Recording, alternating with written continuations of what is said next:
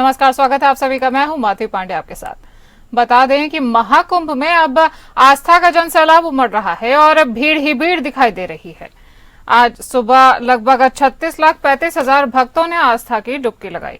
अब तक 53 करोड़ लोग श्रद्धालु स्नान कर चुके हैं और महाकुंभ में आस्था की डुबकी लगा रहे हैं। रेलवे महाकुंभ से श्रद्धालुओं को गंतव्य तक पहुंचाने के लिए स्पेशल ट्रेनें भी चला रहा है। रेलवे महाकुंभ से श्रद्धालुओं को गंतव्य तक पहुंचाने के लिए कई ट्रेनें ला चुका है और वहीं 16 फरवरी तक यात्रियों की सुविधा के लिए 238 गाड़ियां चलाई गई हैं। आपको बता दें कि श्रद्धालुओं का आंकड़ा 53 करोड़ के पार पहुंच चुका है महाकुंभ में और यह आंकड़ा आगे बढ़ते जाने की ही उम्मीद जताई जा रही है। वहीं पर अब संगम तट पर भीड़ ही भीड़ दिखाई दे रही है। इन तस्वीरों में आप देख सकते हैं कि किस तरह संगम तट पर श्रद्धालुओं का जन सैलाब उमड़ रहा है और सुबह हो या रात श्रद्धालु संगम में स्नान करते हुए नजर आ रहे हैं और आस्था की डुबकी लगाते हुए पुण्य कमा रहे हैं।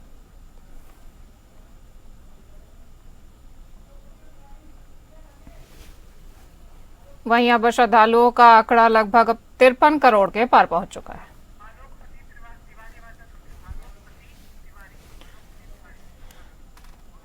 हमारे संवाददाता आलोकपति तिवारी जुड़ गए हैं हमारे साथ में। आलोक, क्या खास जानकारी है इस समय महाकुंभ में, क्या क्या कुछ देखने को मिल रहा है? आलोक, आपको मेरी आवाज आ रही है?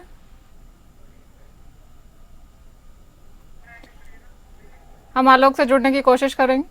आपको बता दें कि इस समय महाकुंभ में भक्तों का रैला उमड़ता हुआ नजर आ रहा है। वहीं भगदड़ के मद्देनजर सुरक्षा के भी कड़े इंतजाम कर दिए गए थे और अब श्रद्धालुओं की संख्या 53 करोड़ के पार पहुंच चुकी है।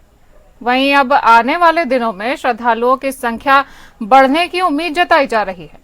वहीं रेलवे प्रशासन ने कई स्पेशल ट्रेनें भी चलाई हैं महाकुंभ को लेकर के और यूपी के कई स्टेशनों से ट्रेनें देखी जा सकती है महाकुंभ के लिए चलने में और वहीं भक्तों की ट्रेनों में भारी भीड़ देखने को मिल रही है और महाकुंभ में जन सैलाब उमड़ रहा है और 16 फरवरी तक अब यात्रा की और यात्रियों की सुविधा के लिए लगभग 238 गाड़ियां चलाई जा चुकी हैं। हमारे संवाददाता आलोकपति तिवारी दोबारा से जुड़ गए हैं। आलोक, क्या खास जानकारी है, क्या देखने को मिल रहा है अभी वहां पर? जी, आपको बता दें कि महाकुंभ में अखाड़ों के जाने के बाद भी श्रद्धालुओं की भीड़ कम नहीं हो रही है जी। रविवार से लेकर के सोमवार तक अब तक आपको बताते चले कि आज 92 करोड़ 96 लाख लोग अब तक स्नान जब से महापर्व स्टार्ट हुआ है तब से अब तक कर चुके हैं। आज की बात करें तो आज भी 92,50,000 लोग स्नान किए हुए हैं। आपको बता दें कि अब तक 13 जनवरी से आयोजित हो रहे महाकुंभ में अब तक संगम में डुबकी लगाने वालों की संख्या काफी हो चुकी है। यह जानकारी मेला प्रशासन द्वारा मिली है। महाकुंभ प्रशासन को रविवार को आने वाली इस भीड़ की उम्मीद नहीं थी, लेकिन दोपहर तक लोगों का तांता देखकर प्रशासन के हाथ पांव भी फूल गए थे। गनीमत रही कि आज का स्नान निर्विघ्न संपन्न हो सका। महाकुंभ मेला प्रशासन की ओर से जारी रिपोर्ट के मुताबिक रविवार की शाम तक 52 करोड़ 43 लाख लोग अब तक स्नान कर चुके थे, लेकिन आज की रिपोर्ट कुछ और बयां कर रही है। आज पश्चिम बंगाल के राज्यपाल सीबी आनंद बोस ने भी प्रयागराज आकर यहाँ पे गंगा में डुबकी लगाई है और यहाँ पर समर्पण और सांस्कृतिक गौरव का सबसे बड़ा मंच उन्होंने बोला है और हर चौराहों पर, हर स्थान पर पुलिस की बूथ बनाई गई है। जो भी लोग अपने परिवार से बिछड़ रहे हैं तो उनको पुलिस द्वारा उनके परिवार से मिलाने की भी लगातार कोशिश की जा रही है। अभी क्या उम्मीद जताई जा रही है? 53 करोड़ के पार तो आंकड़ा पहुंच ही गया है, क्या इसके पार भी जाने की उम्मीद जताई जा रही है? लगातार आंकड़ा अभी कम से कम ये 70 करोड़ से ऊपर ये आंकड़ा जाने की उम्मीद जताई जा रही है। तमाम जानकारी के लिए धन्यवाद आलोक। ठीक। आपको बता दें कि दिल्ली स्टेशन में भगदड़ के बाद अब सुरक्षा के इंतजामात को लेकर प्रशासन भी कड़ा रुख अपना रहा है। वहीं दिल्ली रेलवे स्टेशन में भगदड़ की घटना के बाद उत्तर प्रदेश की राजधानी लखनऊ समेत सभी जिलों के रेलवे स्टेशन पर चौकसी बढ़ा दी गई है और जिला अधिकारी और पुलिस कप्तान रेलवे अधिकारियों के साथ स्टेशनों का निरीक्षण कर यात्रियों की सुरक्षा व्यवस्था के बारे में जानकारी ले रहे हैं और निर्देश भी जारी कर रहे हैं। महाकुंभ की भीड़ और दिल्ली की घटना के बाद लखनऊ के चारबाग समेत सभी रेलवे स्टेशनों पर सुरक्षा के इंतजामात बढ़ा दिए गए हैं और कड़े भी कर दिए गए हैं। इसके मद्देनजर संयुक्त पुलिस आयुक्त कानून एवं व्यवस्था अमित वर्मा और डीसीपी मध्य रवीना त्यागी ने रविवार को चारबाग स्टेशन का निरीक्षण किया। लखनऊ के सभी रेलवे स्टेशन पर जीआरपी और आरपीएफ को सतर्क किया गया है। रेलवे से भी अपील की गई है कि यात्रियों को उनके गंतव्य की ओर आने जाने वाली ट्रेनों के बारे में जानकारी देते रहे, किसी भी प्रकार की कोई समस्या न होने पाए और व्यवस्था एकदम चाक चौबंद होनी चाहिए। लखनऊ के अलावा प्रयागराज, वाराणसी, अयोध्या, बाराबंकी, गोरखपुर, फतेहपुर, कानपुर सेंट्रल समेत सभी जिलों के स्टेशनों पर पुलिस और रेलवे द्वारा सतर्कता बरती जा रही है और रेलवे के एडीजी प्रकाश डी ने उत्तर प्रदेश के सभी रेलवे स्टेशनों पर उच्च स्तर की सुरक्षा व्यवस्था बनाए रखने के निर्देश दिए हैं। हमारे संवाददाता राजीव मिश्रा फोन लाइन पर जुड़ गए हैं। राजीव, दिल्ली रेलवे स्टेशन की भगदड़ के बाद अब क्या खास इंतजामात कर रही है रेलवे और क्या कदम उठा रही है यात्रियों की सुविधा के लिए? देखिए, मैं आपको बता दूं कि जिस तरह से भगदड़ के बाद जो लोगों के साथ जो हादसा हुआ था, उसके बाद रेलवे के द्वारा कई नए कदम उठाए गए हैं। जिस तरह जो खासकर जो प्रयागराज जाने वाले जो यात्री हैं, उनकी एक सेटअप अलग किया गया है ताकि वो लोग बाकी भीड़ में ना घुसे और वो किनारे से ही अपने प्लेटफॉर्म तक पहुंचे।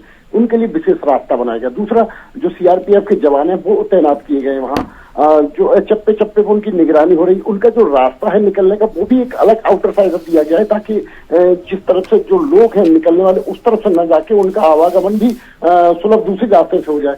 तो कहना चाहिए कि अगर देखें तो पहले से जो रेलवे ने वो खासा जो प्रबंध किए हैं, सिक्योरिटी बढ़ा दी गई है, सुरक्षा की दृश्यता जो है ना वो ज्यादा कर दी गई। लेकिन सबसे बड़ी बात ये है कि जो प्रयागराज जाने वाली भीड़ है वो कहीं ना कहीं रुकने का नाम नहीं ले रही है। भीड़ अचानक से बढ़ जाती है तो उस परिस्थिति में जरूर थोड़ा सा व्यवस्था बिगड़ती है। लेकिन जो सीआरपीएफ के जो लोग हैं, जो वहाँ लगे हुए लोग हैं, वो कहीं ना कहीं उसे मुस्तैद दिख रहे हैं और वो इस सुचारू व्यवस्था को चलाने के लिए अग्रसर रहते हैं। जी, तमाम जानकारी के लिए धन्यवाद राजीव।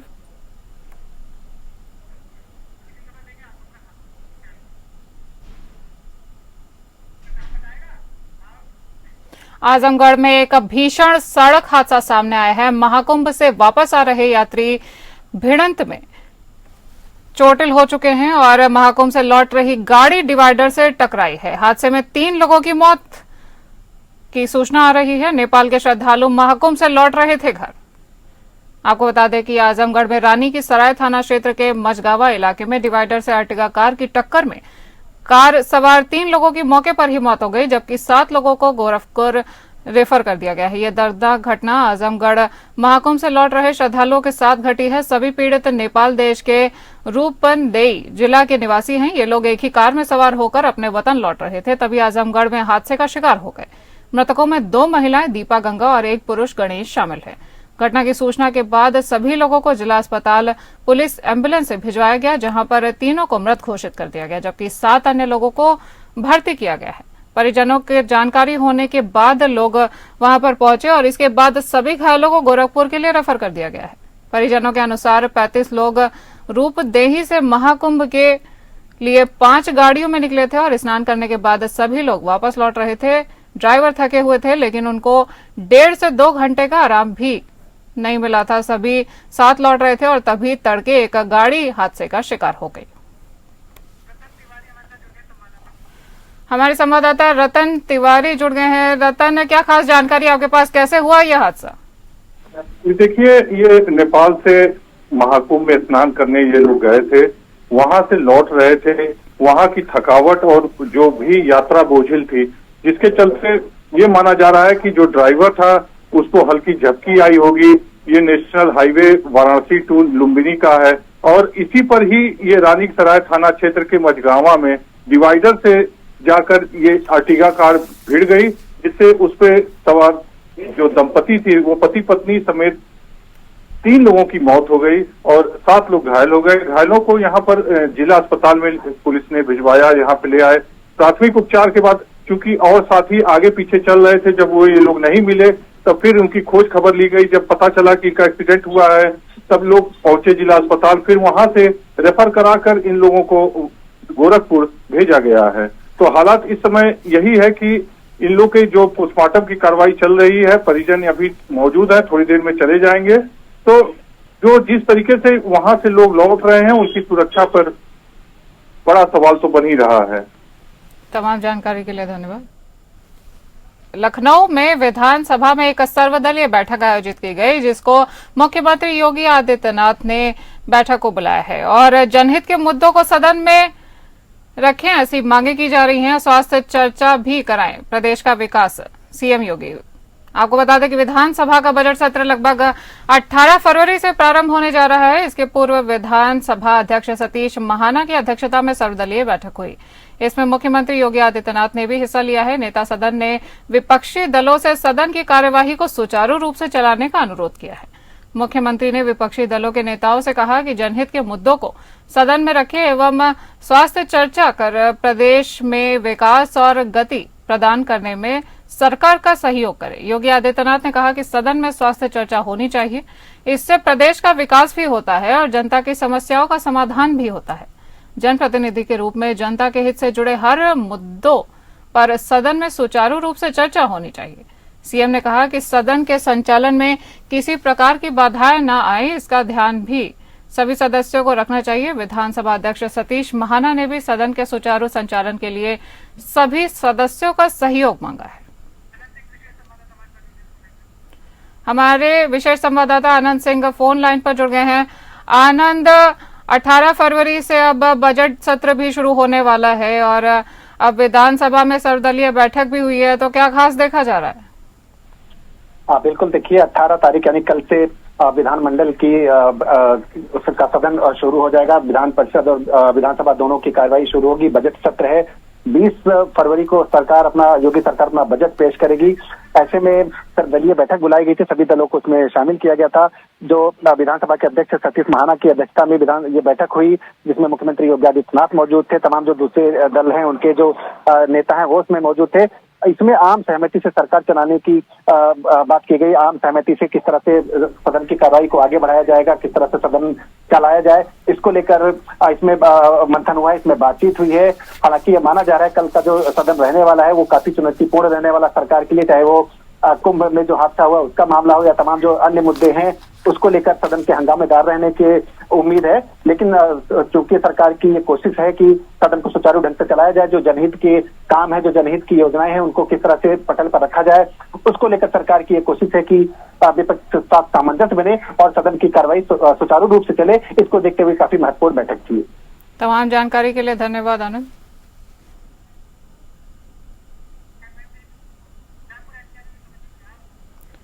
आपको बता दें कि अब सीएम डैशबोर्ड में रामपुर अव्वल रहा है। अब उत्तर प्रदेश के सभी जिलों में रामपुर अव्वल रहा है और यहीं से जनपद की बेहतर कानून व्यवस्था को लेकर के रैंकिंग तैयार की जाती है। उत्तर प्रदेश के सभी जिलों पर नजर बनाए रखने के लिए सीएम डैशबोर्ड का संचालन किया जा रहा है। रामपुर जिला एक बार फिर से इस रैंकिंग में पहला स्थान प्राप्त कर चुका है। रामपुर के अव्वल रहने पर प्रभारी मंत्री जेपी सिंह राठौर ने भी जमकर सराहना की है। रामपुर जनपद के पुलिस कप्तान विद्यासागर मिश्रा अपना अधिकांश समय लोगों की जन समस्याओं के समाधान और पुलिसिंग को बेहतर बनाने की दिशा में अक्सर कार्य करते हुए देखे जाते हैं। यहां तक कि अनुभवी कप्तान के रूप में एक अलग पहचान रखने वाले विद्यासागर मिश्रा मातहतों को कई मौकों पर हिदायत देते हुए भी देखा गया है। रामपुर पुलिस को बेहतर कानून व्यवस्था के चलते सीएम डैशबोर्ड की रेटिंग में 7वें माह में भी पहला स्थान बरकरार बना हुआ है। रामपुर के 7वीं बार अव्वल होने पर जहां पुलिस कप्तान विद्यासागर मिश्रा गदगद नजर आ रहे हैं और मातहतों को बधाई देते नहीं थक रहे हैं, वहीं अब इसी कड़ी में अगला नाम यहां के प्रभारी मंत्री जेपी सिंह राठौर का भी जुड़ चुका है। राज्य मंत्री जेपी सिंह राठौर ने रामपुर में आयोजित एक कार्यक्रम के दौरान मीडिया से रूबरू होकर सीएम डैशबोर्ड की रेटिंग में 7 माह से लगातार अव्वल बने रहने के सवाल पर खुशी का इजहार किया है। वहीं उन्होंने इसके लिए पुलिस प्रशासन को बधाई तो दे ही दी है और मुख्यमंत्री योगी आदित्यनाथ से भी इस मुद्दे पर इनाम को लेकर चर्चा करने की बात कही है।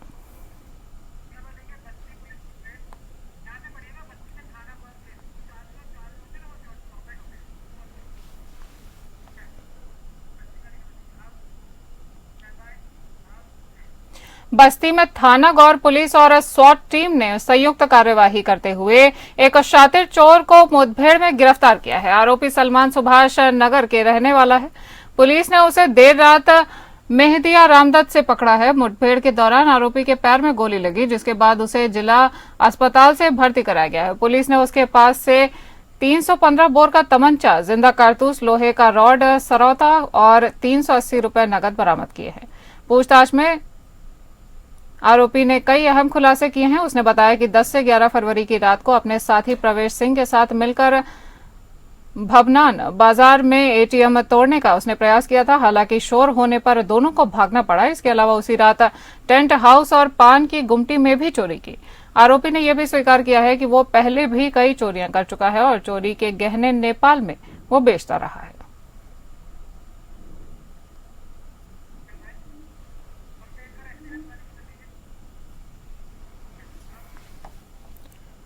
उत्तर प्रदेश के अंबेडकर नगर में तेज रफ्तार का कहर सामने आया है। आपको बता दें कि जहां तेज रफ्तार फोर्स गाड़ी ने सड़क के किनारे दुकान से सामान खरीद रहे लोगों को रौंद डाला है, जिसमें 2 की घटनास्थल पर ही दर्दनाक मौत हो गई। वहीं 2 लोग गंभीर रूप से घायल हो गए हैं। घटना अहिरौली थाना क्षेत्र के कटेहरी बाजार की है, जहां पटरी दुकानदारों से सामान खरीद रहे लोगों को फोर्स वाहन ने रौंदा दिया है। दोनों मृतक कटेहरी बाजार के बताए जा रहे हैं। सभी को जिला अस्पताल लाया गया है। दोनों घायलों का इलाज चल रहा है। घटना के बाद वाहन को पुलिस द्वारा पकड़ लिया गया है। घटना की सूचना पर अपर जिला अधिकारी जिला अस्पताल पहुंचे और घायलों के लिए व्यवस्था कराई। उन्होंने 2 की मौत और घायल होने की पुष्टि भी की है।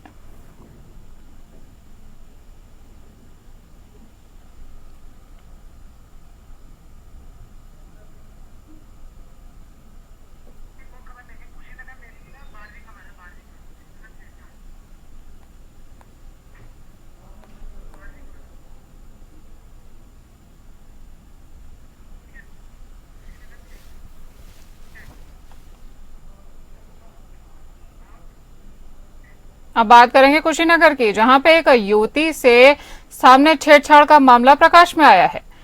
इस युवती ने आरोप लगाया है कि गैर समुदाय का युवक उसके साथ छेड़छाड़ करता है। युवती के स्कूल जाते समय युवक रास्ते में फोन पर बात करने का दबाव बनाता है। इतना ही नहीं, आरोपी युवक युवती के मना करने पर डीप फेक से अश्लील वीडियो वायरल करने की धमकी भी देता है।